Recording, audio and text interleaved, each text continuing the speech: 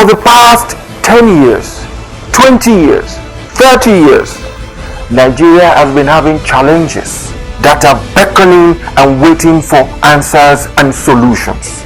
That is why we are bringing to you our program, State of the Nation. And this is going to come up on our flagship program this morning on ITV. I am hereby inviting you to join me, Bola Bakare, your host, on State of the Nation, so that we can hasten the motions that brings national development. It's going to be a regular basis on Tuesdays. Make it a date with me. I'll be there waiting for you, and then we shall discuss Nigeria on an holistic level.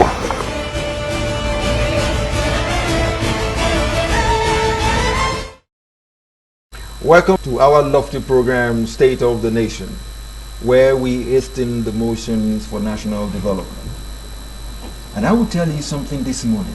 When it comes to national development, it is information that drives you and I. Without the proper information, there is nothing we can do about development. And when we talk about information dissemination, there is one name that stands out, and that is National Orientation Agency. That agency has taken information dissemination to the next level, because they are not throwing it at you in terms of, okay, if you like you read, if you like you don't read. What they do to you is they sensitize you, they educate you, they reorientate you. Not just orientation. If they orientate you today, by next week, if you default, they will reorientate you. So when we're talking about information dissemination, there is no better place for it to happen than at National Orientation Agency. This morning, we are going to tidy up a few things you do not know, so that you can learn, and then you can get yourself set and ready to assimilate the information that is coming from the right quarters. And I'll tell you this again. Information has to go not just to people like you and I that are learned and maybe you have a degree or you have your school cert or this. Information has to go to the grassroots. Most Nigerians are not as educated as you and I. You need to get at them in the language they understand, probably going local, going into their lingos, and then being able to do that. And I repeat again, the only one and only department of government that can do that is the National Orientation Agency. Now, I have with me in the studio, in the person of Mrs. Ebele Okonkwo, who is a director from National Orientation Agency. Like the balance goes, that let's hear it from the horse's mouth. There is nothing as good as having our information from the person that knows much about it, from the person that belongs to the system, from the person that has been disseminating information to Nigerians on a large scale. My dear sister, I welcome you to State of the Nation this morning. Thank you very much. Not correct with them. Assistant director. Well, wait, it's assistant director, deputy director. For all I know, they are all directors. Thank you very much. And even at that, I wish you well. That's why I've made you a director. I wish you well. Thank you too. Thank you for being here with us. Thank you. Like I said earlier in my opening, we need information to be able to progress as a nation. That's true. And NOA has the mandate of taking this information to the grassroots by speaking less of English and speaking the people's language. Yes. Because most people don't speak English. It is your purview to now get it to them. It is also a known fact that we have 774 local governments in Nigeria. Yes. And NOA is present in 774 local governments. That's correct. You see? And that is where Nigerians, it is important for us to look at NOA closely and then be able to understand what they are doing and how they are doing what they are doing. We're on the receiving end. She will tell us what they are doing and how we should listen to them. I'd like to ask you this question. Like I've said earlier, your mandate is to orientate, sensitize, and educate us. Exactly. How are you doing that? Are there challenges in doing that? Thank you very much, Mola, for having me. In National Orientation Agency, just like you said, our main responsibility is to enlighten, educate, and sensitize, orientate people, their attitudes, and the values of Nigerians. That's good.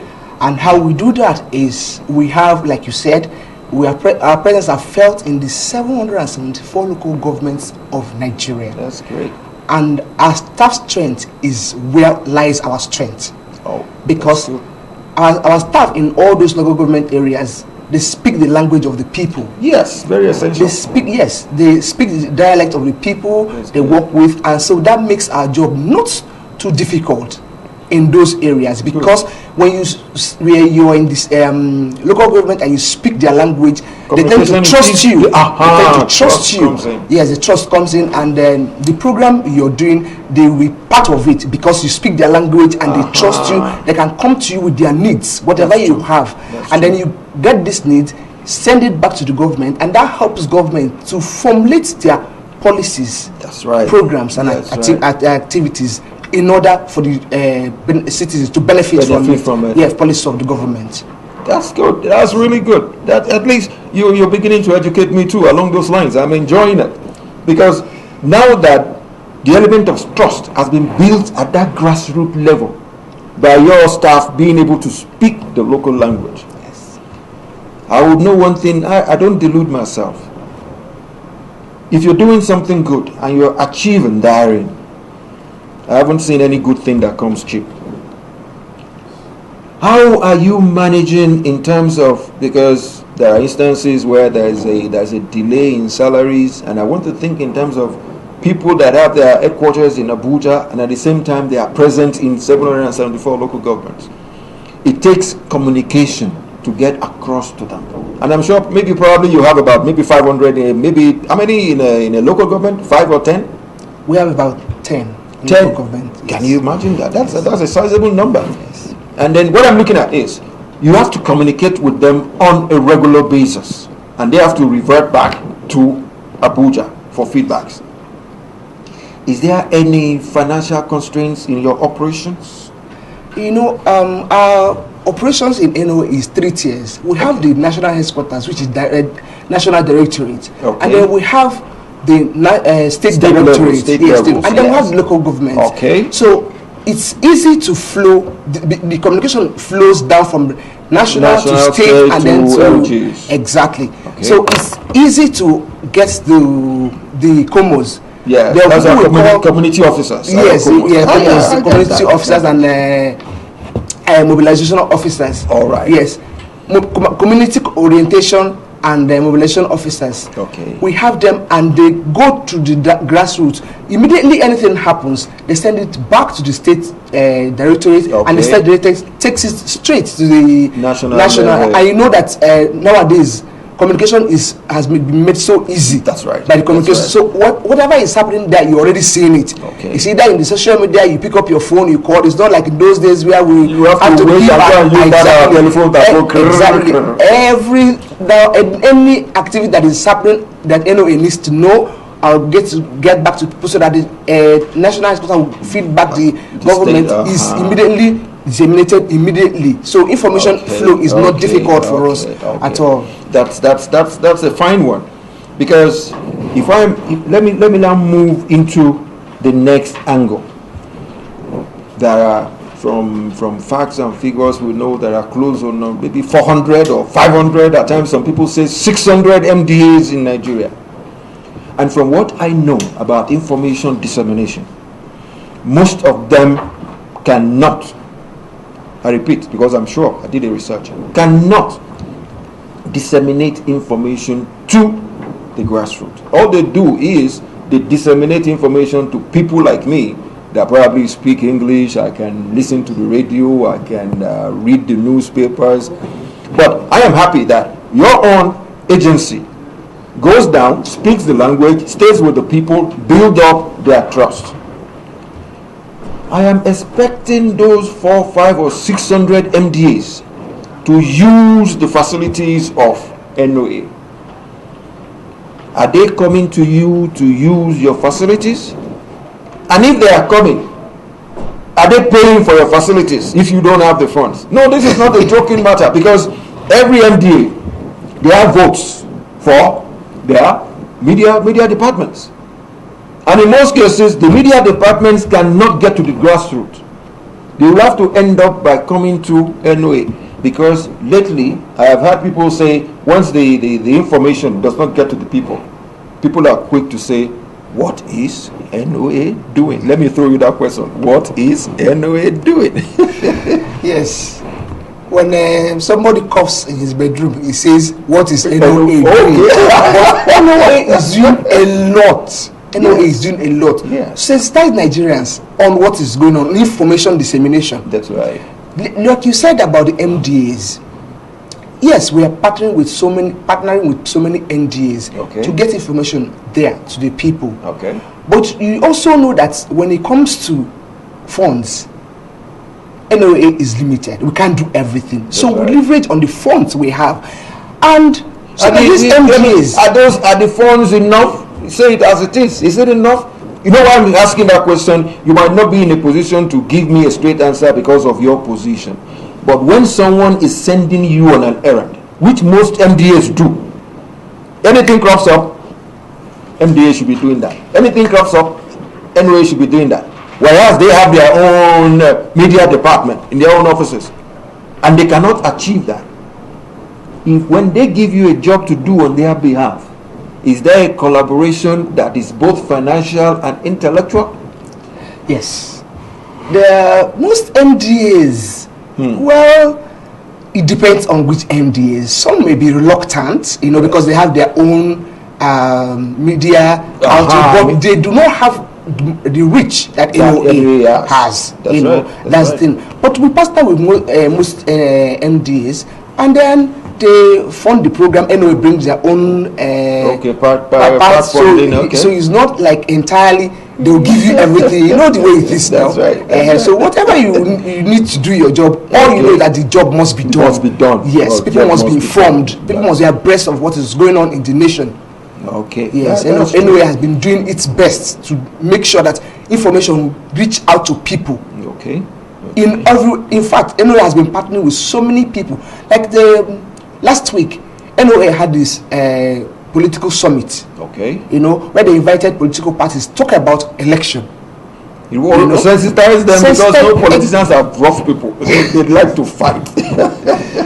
Peaceful election, especially the election that is coming up in Anambra State. In November. So NOA has been doing a lot with so many MDAs. That's good. To make sure that people get the information, the required information they need, and to help them in their different endeavors. Thank you very much.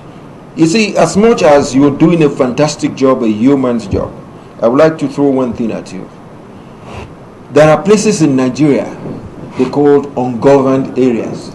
When you say ungoverned areas, those are areas where the people hear nothing, they feel nothing, they see nothing. My question is going to go along one trajectory, and that trajectory is with the insecurity we have in Nigeria. How has that affected your operations? Because if I were working for NOA and you post me to a place where there is kidnapping on a regular basis, I won't go to work. No, I'm saying it because I'm being truthful. And as a normal human being, if you post me where there is war, I won't go.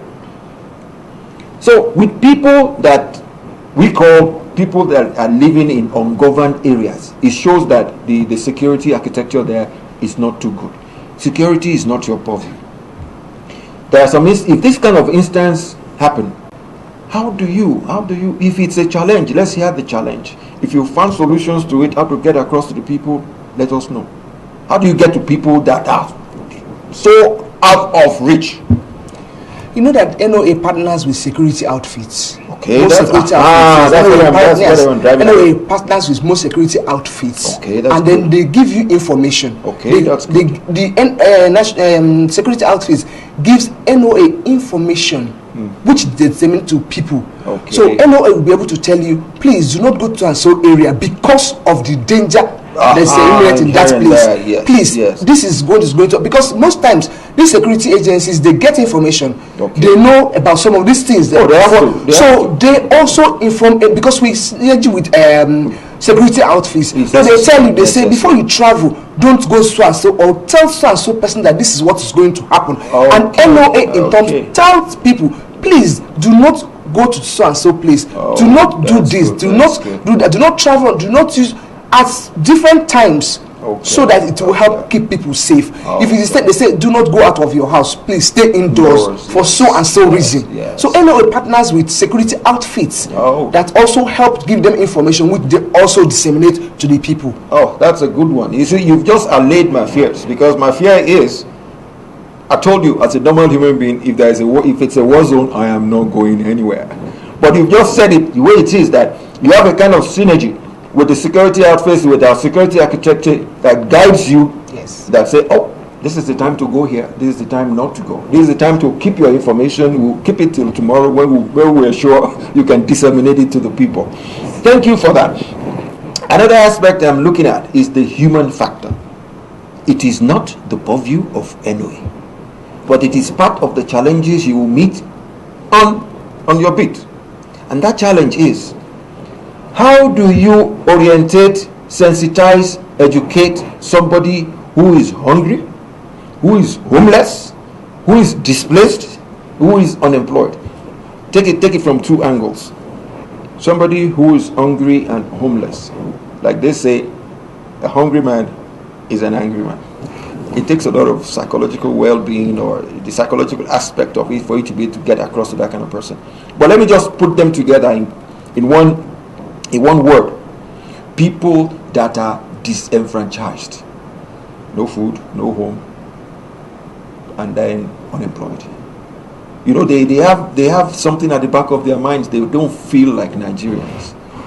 How do you get across to them? Though I haven't forgotten the fact that you use people that are local, that can be trusted. But how far do they go? I tell you, they go far. That's good. NOA has been doing a lot. Like NOA has partnership with non-governmental organizations that NGOs take care and of CSOs that take care of such people, and they come to NOA and partner with them to take care of. They begin to speak to them in the language they understand. They begin to tell them that there is hope for a better tomorrow. That's good. There is no way NOA has been doing a lot. Like I said, they partner with all these NGOs. They bring these people together. We come talk to them. Some of the NGOs give them materials for well-being, food, and they rotate them to integrate them back to the society. Teach them skills. How to some of them that do not have anything to do, teach them skills. And to learn how to do something, and then empower them through some donors. Empower them so that they will be able to do something and then get back to their feet. Oh, that's good. Yes. That's good. At least I'm getting some good education from you here. Another thing I'm looking at, because my opening was, do you get a good collaboration from other sister agencies or from ministries and the rest of them? Look at the case lately in terms of our health. Cholera is on the rise. So are other medical ailments here and there, But the thing is, I will repeat my question. Are you getting a good collaboration with the Federal Ministry of Health? Because right now, all over the world, we have a health challenge in terms of COVID. I speak English. I hear all the adverts for COVID in English. If I can't hear it in English, I read it in English. How do you get to the people at the grassroots in terms of what the Federal Ministry of Health is doing and the protocols of COVID-19? If you ask me now to say the protocols of COVID-19 in my language, I'm a Yoruba man, I'll probably not be able to say it well. You'll not be able to say it well because you're not trained to say it well. That's right. There are people who all can say it very well in Yoruba. Yes. In NOA, who is in that grassroots, who are already trained to say it well in the language. So it translates to every language in Nigeria, be it $400. You know, we have about 350 to 400. You have, there is nowhere you will go and not see NOA staff. NOA staff presence is felt, and they speak this language. Like I said before, once they speak this language, people are able to trust them. They tell you to wear your mask. They say it in your language. They tell you to keep the distance. Social distance. Social distance. They say it in your language. As for collaboration with Ministry of Health, well, you know, this is bureaucracy, and then this is government work, civil service. I understand what you're going through, but the thing is, from your education to me, and from my position as being somebody who does a lot of research when it comes to info gathering, I still believe most of all these, this is not coming from you, it's coming from me, most of all these ministries are not doing enough. Because I was at a village in real outskirts of Ogun State. Ogun State has a little bit of a water side that leads to the Atlantic, and you won't believe it, some of the people there are not being helped at all. You know, it takes the element of dirty water or unhygienic situation that gives you cholera, because cholera is easily manageable if it is nipped in the bud. That's why I am being particular about Federal Ministry of Health. What are they doing to NOA to make sure that NOA gives them a better hand in reaching the people? I'll tell you one thing. NCDC is now an all-important arm of Ministry of Health because of COVID-19, because Center for the National Center for Disease Control. But I have not seen, that is my purview, I have not seen the element of their postulations being handled by NOA enough for it to reach the grassroots. There are some places in Nigeria they don't even know what is COVID. That is because they didn't get across to you. They didn't give you the information that you are going to translate into those local languages. So what are we really doing here? But NOA has its own translation that it did. Okay. Irrespective of whether they come to you or they don't come. Because it's our duty, it's our responsibility to tell people about what is going on. That's so right. NOA has its own jingle about COVID. That's right. NOA have its own local languages. I mean, in the dialect that they are disseminating those information, telling you don't do this in their own language. So Ministry of Health, I cannot speak for them because I am only NOA and I can talk for NOA. Yes. So I can tell you that we are doing our best to make sure that this COVID does not spread. That even the cholera the outbreak of this cholera, that people should try and keep their environment clean. Okay. Use clean water. Make sure that they wash everything around them and keep everywhere clean. That way they can curb the spread of cholera in the nation. Yeah, that's good. That's good. Because what I don't know, what gets me annoyed, which is the fact that I don't think these MDAs are in collaboration with NOA enough for them to pass on the information which they can give to the people on the grassroots level. Because that is the essence of this, our interview this morning. Because our topic is NOA and grassroots information dissemination. But you've been able to allay my fears that, oh, don't worry, we are doing our bit. We are doing our best to make sure that this thing gets to the grassroots. But one thing I would like to say, not just to my viewers out there, to the ministries and departments that need the assist of NOA. This is coming from me, based on my research. Don't shy away from disseminating an information that NOA will go and speak in the native dialect of the person that needs the information.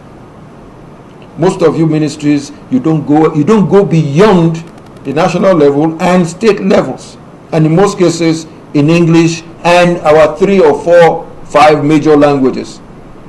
It is my advice to you this morning that please, ministries, use the purview of NOA that has the mandate, not just the mandate alone, the wherewithal to make things happen. I keep saying one thing. Anywhere there is no information, anywhere there is an information vacuum, you are giving room for fake news to subsist. And every day we complain that fake news is not it. This is, you can bear me witness. We need to feed the people with information, in most cases from NOA in my local language, so that I don't believe in anybody that I meet on the street and cooks me a story. I really want to thank you this morning for coming around and giving me insights into how far the NOA has gone in the grassroots. The fact that you have people on ground, close about 10 plus on every local government, that's close to 8,000 people that speaks the people's language and maintain that element of trust. In actual fact, I'm beginning to respect NOA some more.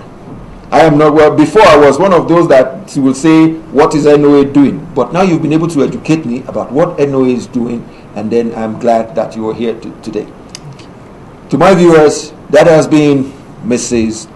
Ebele Okonkwo, from a director from NOA, who has been able to give us our insightful insights about the workings of NOA and how we can benefit from the information dissemination that they offer. And to you, my viewers, don't go away. The segment continues shortly.